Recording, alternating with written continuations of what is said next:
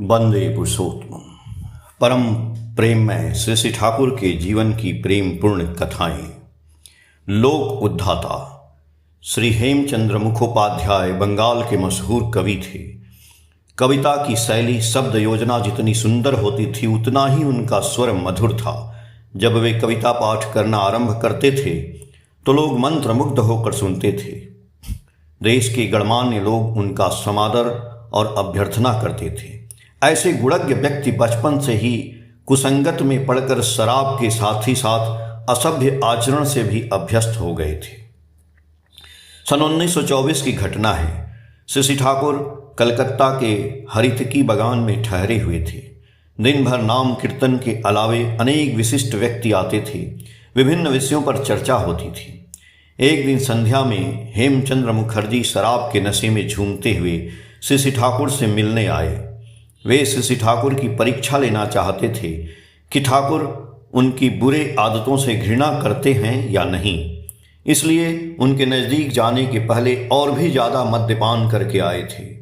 उनकी यह अवस्था देखकर भक्तगण उनको श्री ठाकुर के समीप जाने देना नहीं चाह रहे थे, परंतु ऐसा करने में सभी असमर्थ थे, क्योंकि ठाकुर जी इस तरह के व्यवहार को पसंद नहीं करते थे। हिलते डोलते मतवाले हेमचंद्र मुखोपाध्याय ठाकुर जी के निकट पहुंचकर बोले, सुनते हैं ठाकुर, मैंने शराब पी है। ठाकुर जी ने कहा, यह तो आपके मुंह के गंध से ही पता चल रहा है। मैंने शराब पी है, परंतु आप तो मुझसे घृणा नहीं कर रहे हैं। ठाकुर जी बोले, ना ना, मैं घृणा क्यों करूं? दाहिना हाथ में घाव हो जाए तो क्या बायां हाथ उससे घृणा करेगा या सेवा देकर ठीक करेगा? हेम कवि इस प्रकार के उत्तर की आशा नहीं किए थे। बोले, ठाकुर, ऐसी बातें तो पहले किसी के मुख से नहीं सुना हूं। वे बहुत देर तक ठाकुर की ओर देखते रहे। क्या उत्तर देंगे कुछ समझ में नहीं आ रहा था। अंत में उन्होंने लड़खड़ाते हुए कहा, मैं कविता के माध्यम से कुछ कहना चाहता हूं। ठाकुर ने आनंदित होकर कहा, हाँ भैया, जरूर सुनाइए। अपनी कविता सुनाकर मेरे कानों को पवित्र कर दीजिए। मृदंग हाथ में लेते ही सुरीली तान फूट पड़ी। चलिते चलिते चरणे दलिया, जिसका भावार्थ इस प्रकार है, चलते चलते इस अंधकार रात्रि में मेरा दीप यदि बुझ जाए तो क्या कोई पुकार कर अग्रसर होने के कार्य में सहायक नहीं बनेगा? कविता की अंतिम पंक्ति गाते गाते हेम कवि की आंखों में आंसू भर गया। मृदंग पर सर रख कर फूट फूट कर रोने लगे। श्री ठाकुर दौड़कर हेम कवि को हृदय से लगा लिए। हेमचंद्र दास स्वयं को छुड़ाते हुए बोलने लगे, नहीं ठाकुर, आप मुझको न छुएं। मैं आकंठ मदिरा पान करके आया हूं। मेरे कपड़े और सर्वांग से शराब की बदबू आ रही है। मेरे स्पर्श से आपका पवित्र शरीर गंदा हो जाएगा। मुझसे घृणा करें, मुझ पर थूकें। परंतु ठाकुर जी उनको गले लगाकर बोले, घृणा किससे करूं, क्यों करूं? परमपिता के राज की गंदगी पोंछना मेरा काम है, उस पर थूकना नहीं। आपसे घृणा करने लगूं तो जाऊंगा कहां, किसको गले लगाऊंगा?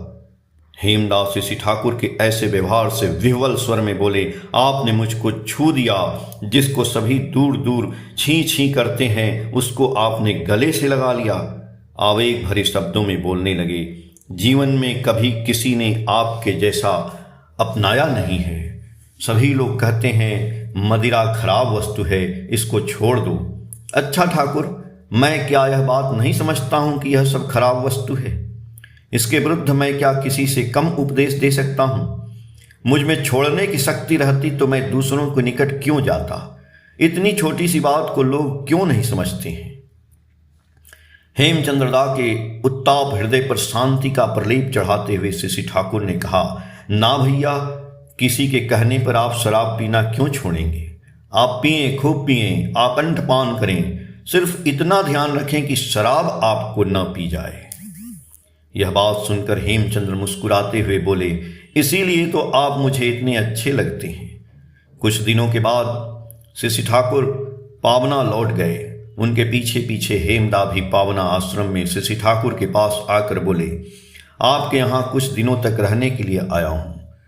श्री ठाकुर मुस्कुराते हुए बोले, अच्छा ही किए, अब कई दिन बड़े आनंद से बीतेंगे।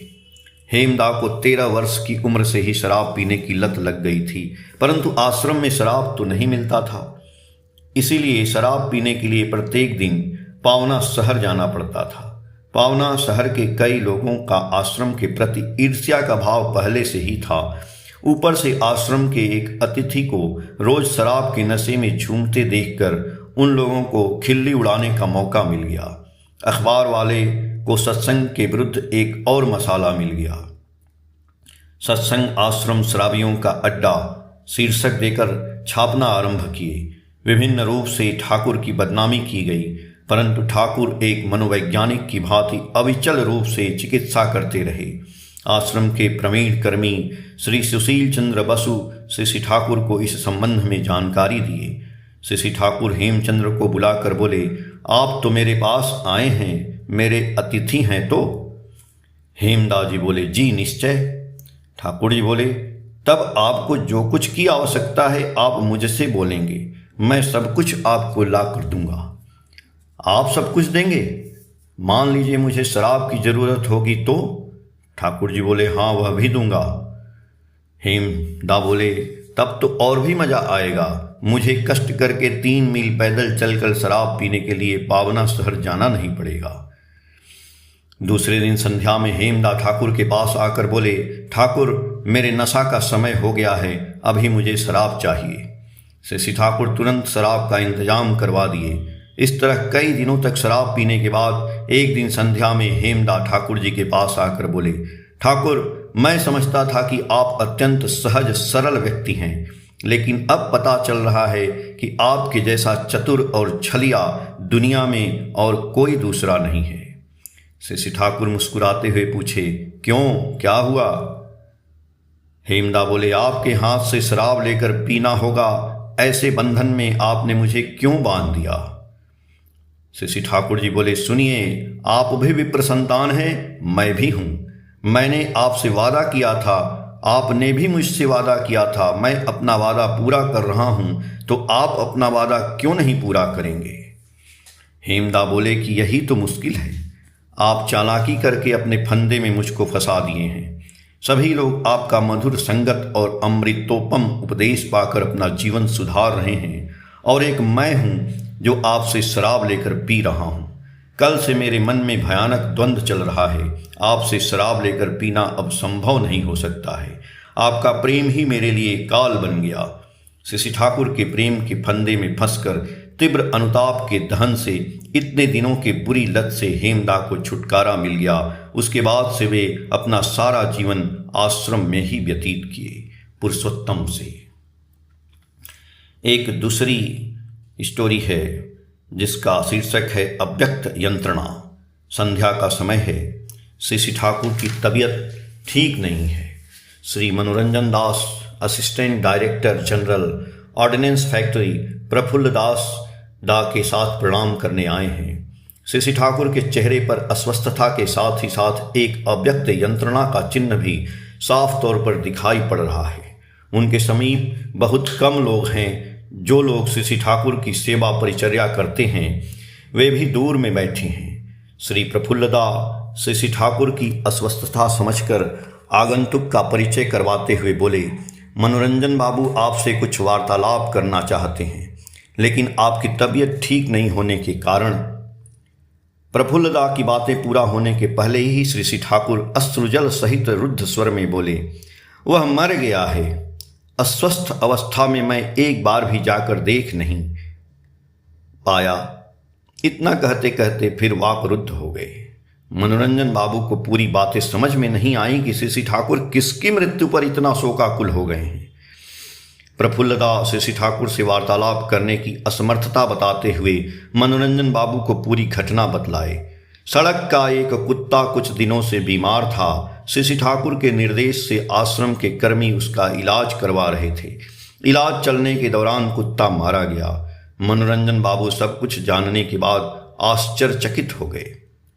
श्री ठाकुर के चरणों में प्रणाम निवेदन करके बाहर आकर बोले, प्रफुल्ल जिस दृश्य और घटना का गवाह बनने का मुझे सौभाग्य हुआ है, इसके बाद और कुछ पूछने या जानने की जिज्ञासा नहीं रह जाती है। ये भी स्टोरी है पुरुषोत्तम प्रसंग से। अब एक आगे की और एक घटना है जिसका शीर्षक है मर्मांतिक घटना।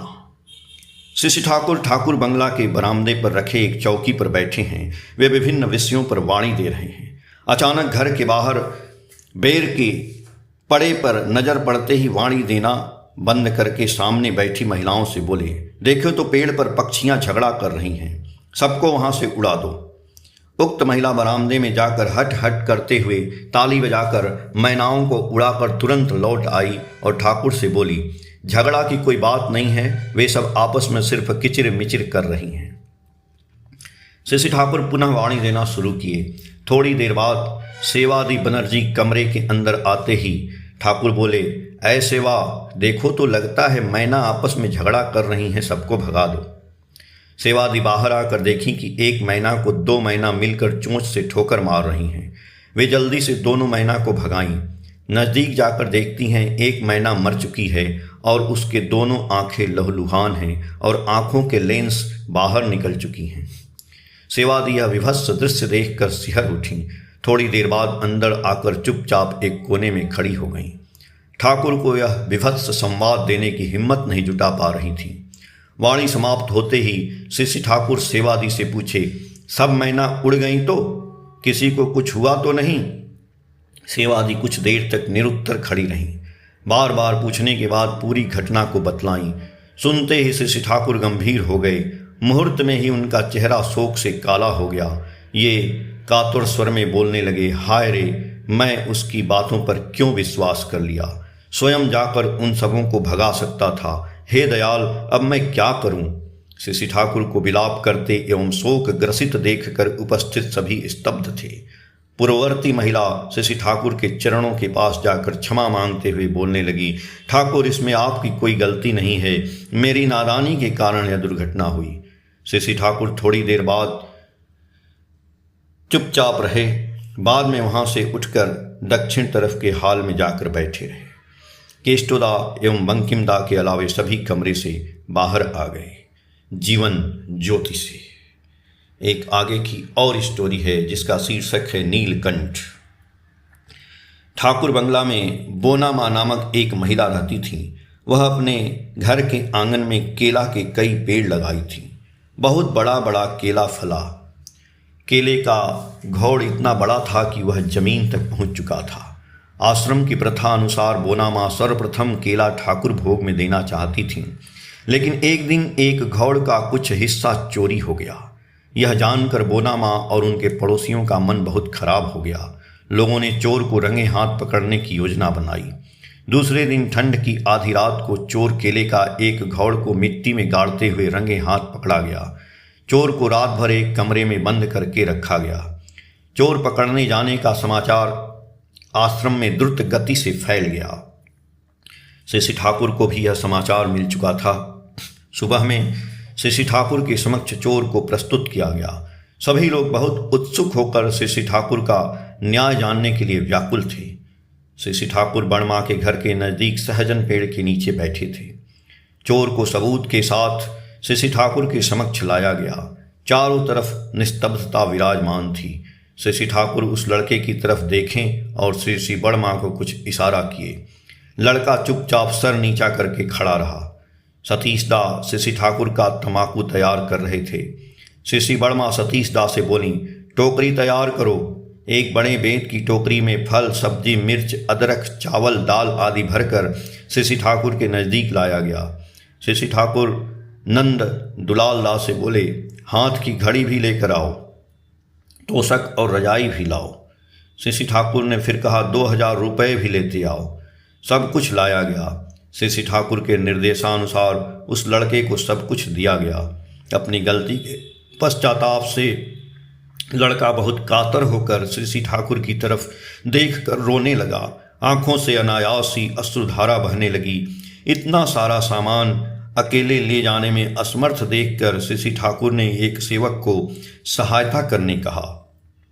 उपस्थित सभी ऐसा अनोखा न्याय देखकर स्तंभित थे। एक माँ ने सुशीलदा से पूछा, अच्छा ठाकुर का यह कैसा न्याय है? जो अन्याय करता है ठाकुर जी उसको ही ज़्यादा खिलाते पिलाते हैं। मैं इसका तात्पर्य समझ नहीं पाती हूँ। सुशीलदा ने कहा, भगवान शिव का फोटो देखे हैं ना, विषाक्त सांप को अपने गले में माला की तरह पहने हुए हैं। ऐसे लोग को यदि वे गले में डाले नहीं रहेंगे तो ये सब उनकी ही सृष्टि को क्षति पहुंचाते रहेंगे। ये लोग इसी तरह की अनुतप्त होंगे। क्या अद्भुत न्याय है ना।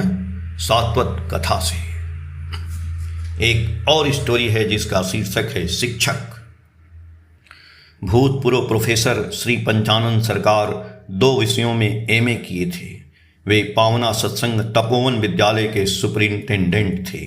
एक दिन वे श्री ठाकुर के पास परेशान होकर शिकायत करते हुए बोले, ठाकुर आप मुझे इस दायित्व से मुक्त कर दीजिए।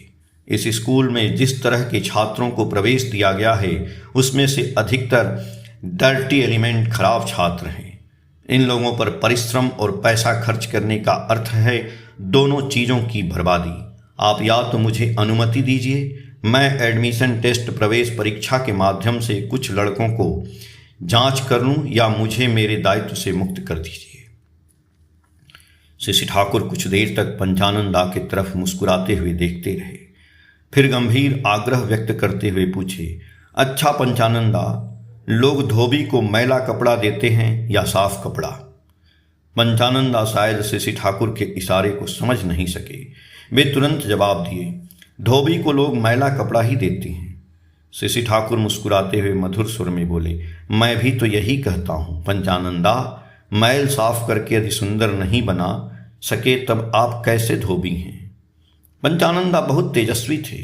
वे श्री ठाकुर का इशारा समझते हुए तुरंत कर जोड़ कर बोले, ठाकुर मुझे आशीर्वाद दें जिससे कि मैं आपके इच्छा मुताबिक शिक्षक बन सकूं। श्री ठाकुर बहुत उल्लसित स्वर में बोले, मुझे पूर्ण विश्वास है कि पंचानन सरकार कभी भी किसी कार्य में असफल नहीं हो सकते हैं यदि वे एकांतिक भाव से कोशिश करेंगे।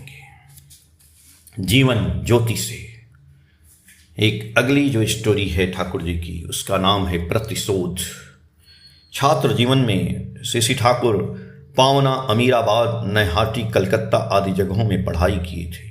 सभी जगहों के सहपाठीगण उनकी अनुसंधित सुसेवा, उदार आचरण और मधुर व्यवहार के कारण वे सबके प्रिय दोस्त बन जाते थे। किसी कारणवश यदि कोई उनके विरुद्ध भी हो जाता था तो श्री ठाकुर उसके मन को जय किए बिना छोड़ते नहीं थे। श्री ठाकुर अपने छात्र जीवन की एक घटना स्मरण करते हुए एक बार बोल रहे थे, मैं यदि किसी से प्रतिशोध भी लेना चाहता था तो सोचता था किस तरह उसके मन को जय किया जाए। बचपन में खेल कूद का एक सहपाठी था।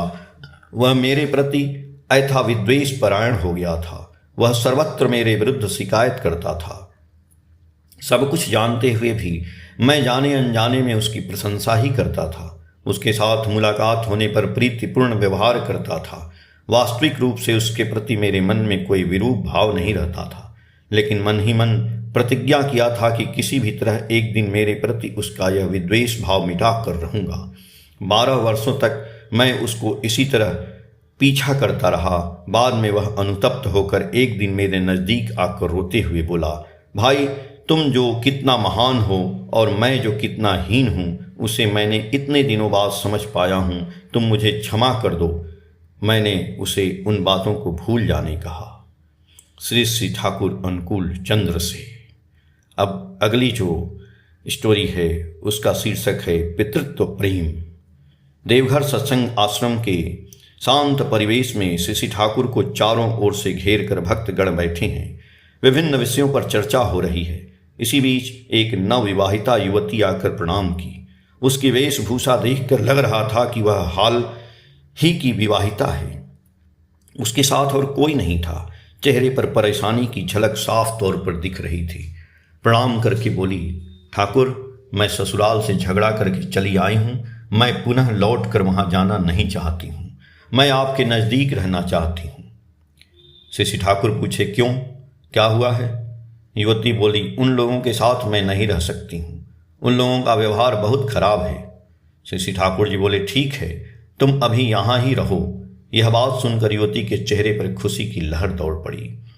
दूसरे दिन वह युवती श्री ठाकुर के पास आकर बोली, ठाकुर, मैं अब ससुराल नहीं जाऊंगी। यह विवाह मुझे स्वीकार करने की इच्छा नहीं हो रही है। मेरी इच्छा हो रही है कि अपनी चूड़ियां तोड़ दूं और सिंदूर पोंछ लूं। श्री ठाकुर ने कहा, तुमको यदि ऐसी इच्छा हो रही है तो ऐसा ही करो। आसपास के बैठे हुए लोग श्री ठाकुर की बातें सुनकर अचंभित हो गए। सभी को लग रहा था कि हो सकता है इसमें उस युवती का ही भला हो। जो भी हो, वह युवती श्री ठाकुर के निर्देश अनुसार दोनों बेला आनंद बाजार में प्रसाद खाती थी और जितना समय मिलता था श्री ठाकुर के पास आकर बैठी रहती थी। कुछ दिनों के बाद युवती के माता पिता आश्रम पहुंचे। बहुत खोजबीन करने के बाद जब पता चला कि बेटी देवघर आश्रम चली आई है तो वे लोग भी थोड़ा निश्चिंत हुए थे। उसके माता पिता युवती को ससुराल लौट जाने के लिए बहुत समझाए, लेकिन युवती किसी भी तरह मानने को तैयार नहीं हुई। उसके माता पिता श्री ठाकुर को उसके बारे में सब कुछ बतलाए। श्री ठाकुर ने कहा, यदि वह जाना नहीं चाहती है तो तुम लोग इतना जबरदस्ती क्यों कर रहे हो। श्री ठाकुर की ऐसी बातें सुनकर माता पिता भी चुप हो गए। शायद सोचे होंगे लड़की के किस्मत में जो होने का है वही होगा, वह ठाकुर के सानिध्य ही तो है। कुछ दिनों के बाद युवती के सास ससुर आश्रम आए। उन लोगों को देखकर युवती थोड़ी संकुचा गई। लग रहा था वह झगड़ा वगैरह करके ससुराल से भाग आई थी। इतने दिनों के बाद सास ससुर को अचानक सामने देखकर अपने अपराध बोध की चेतना लौटी हो। संभवतः युवती के मन में जो क्रोध और द्वेष पैदा हुआ था वह ठाकुर जी के प्रेम के कारण धुलकर साफ हो गया। कुछ देर बाद युवती की सास उसको एकांत में बुलाकर बातचीत की। हो सकता है श्री ठाकुर के ही निर्देश पर सब कुछ हो रहा हो। बाद में ससुर और सास बहुत देर तक एकांत में युवती के साथ बातचीत किए। दूसरे दिन वह युवती आकर ठाकुर जी को प्रणाम करके बोली, ठाकुर, मैं उन लोगों के साथ ससुराल वापस लौट जाना चाहती हूँ। श्री ठाकुर ने मुस्कुरा कर कहा, यह तो बहुत अच्छी बात है। वे लोग तो तुमको लेने ही आए हैं, तब फिर से अपना चूड़ी पहन लो और सिंदूर लगा लो। युवती लजाकर चली गई और कुछ देर बाद माथे पर सिंदूर और हाथ में चूड़ी पहनकर एक गृह वधू की तरह श्री ठाकुर के नज़दीक आकर प्रणाम की। कुछ भक्तगण श्री ठाकुर से इस अद्भुत लीला का तात्पर्य जानना चाहे। श्री ठाकुर सीधे तौर पर कुछ न कहकर उस युवती की जन्मपत्री देखने बोले। श्री ठाकुर के निर्देश पर उसकी जन्मपत्री उसके माता पिता रख कर गए थे। जन्मपत्री का अध्ययन करने के बाद पंडित जी ने कहा कि जिस अवधि तक युवती श्री ठाकुर के पास रही उस अवधि में उसका वैधव्य योग विधवा अवस्था था। शास्त्र में इसका एकमात्र खंडन दैव कृपा बतलाया गया है। यह पता चलने के बाद पूरी तरह से स्पष्ट हो गया कि दैनिक निष्ठा के साथ इष्टवृत्ति परिपालन करने के कारण युवती उपयुक्त समय पर बिना इधर उधर भटके सीधे श्री ठाकुर जी के पास ही चली आई थी। प्रिय परम से एक आगे की जो घटना है उसका शीर्षक है अपरिसीम धैर्य और अपार स्नेह। श्री ठाकुर बंगला में उपविष्ट हैं। उनकी तबीयत बहुत खराब है। बीच बीच में ओ माँ कहकर करा रहे हैं और करवट बदल रहे हैं। दर्शनार्थी बहुत दूर में खड़े हैं। सेवक वृंद सतर्क हैं जिससे कोई श्री ठाकुर के सानिध्य नहीं जा सके। अचानक लगभग 30 वर्षीय एक कुलीन महिला श्री ठाकुर के नज़दीक जाकर बैठ गई। एक सेवक उस महिला से बोले, माताजी, कृपया यहाँ पर अभी नहीं बैठें, श्री ठाकुर की तबीयत अच्छी नहीं है। वह महिला बड़ी बड़ी आंखों से सेवक की तरफ देखी और बैठी रही। सेवक ने डांटते हुए कहा, आपसे उठने को कहा न, बात क्यों नहीं सुन रही हैं? महिला के कुछ बोलने से पहले ही श्री ठाकुर ने क्लांत स्वर में कहा, तुम उसको क्यों तंग कर रहे हो? सेवक विनीत भाव से कहा, ठाकुर, आपकी तबीयत अच्छी नहीं है, डॉक्टर आपको विश्राम करने बोले हैं। श्री ठाकुर ने साथ ही साथ कहा, वह भी तो अस्वस्थ है, उसको भी विश्राम की जरूरत है। थोड़े समय बाद श्री ठाकुर स्नेहपूर्ण दृष्टि से महिला की तरफ देखकर बोले, बोलो माँ, क्या कहना चाहती हो? श्री ठाकुर उस महिला की फिजूल बातें घंटे भर से भी ज़्यादा समय तक ध्यानपूर्वक सुनकर बोले, तुम्हारे पतिदेव कहाँ हैं? कल अपने पतिदेव के साथ मुझसे मिलना। दूर खड़े उस महिला का स्वामी बहुत खेद व्यक्त करते हुए सेवक से बोले, मेरी पत्नी के व्यवहार से मैं बहुत लज्जित हूँ। श्री ठाकुर को देखकर ही लग रहा है कि वे बहुत अस्वस्थ हैं, लेकिन मैं क्या करूं? पिछले 2 महीनों से मेरी पत्नी रांची मानसिक अस्पताल में भर्ती थी। कुछ दिन पहले अस्पताल से छुट्टी मिली है। श्री ठाकुर के संबंध में बहुत सुना था, दर्शन का सौभाग्य नहीं हुआ था, इसलिए दर्शन करने आ गया।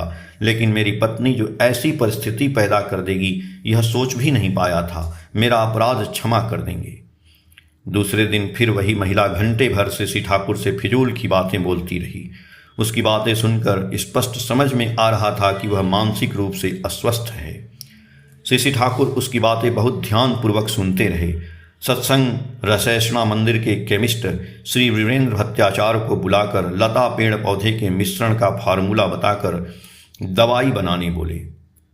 वीरेंद्र 2 बोतल दवाई बनाकर दिए। श्री ठाकुर उस महिला को बुलाकर बहुत प्यार से बोले, यह भाई तुम्हारे लिए दवाई बनाकर दिए हैं, समय पर खाओगी, परम पिता की दया से ठीक हो जाओगी। श्री ठाकुर का अपार स्नेह पाकर वह महिला सिसक सिसक कर रोने लगी। थोड़ी देर बाद अपने को संभालती हुई बोली, ठाकुर मैं आपको छोड़कर नहीं जाऊंगी। श्री ठाकुर ने सांत्वना देते हुए कहा, अभी पहले घर संभालो, जब मौका मिलेगा मेरे पास चली आना। जीवन ज्योति से। आलोचना प्रसंग 7 अप्रैल 2024 के पेज संख्या 48 से 54 तक। जय गुरु।